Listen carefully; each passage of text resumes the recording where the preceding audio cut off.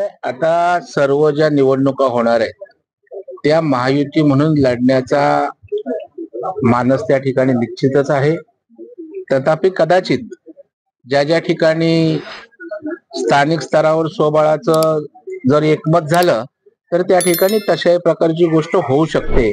परंतु आजच्या तारखेला तरी या ठिकाणी अजितदादा, एकनाथ शिंदे साहेब आणि देवेंद्रजी असे आमच्या तिन्ही पक्षाच्या नेतृत्वाखाली एकत्रितच निवडणूक लढण्याचं सध्या तरी आहे.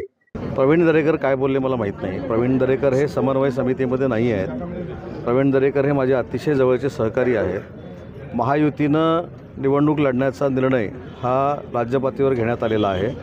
स्वतः माझी रत्नागिरी जिल्ह्याच्या संदर्भामध्ये रवींद्र चव्हाण साहेबांची चर्चा झालेली आहे.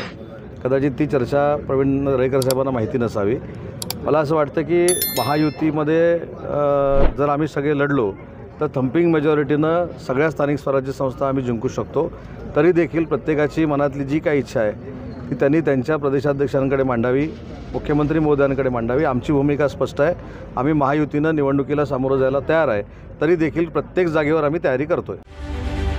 रत्नागिरी 24 न्यूज चॅनलला आताच सबस्क्राइब करा आणि शेअर करायला विसरू नका.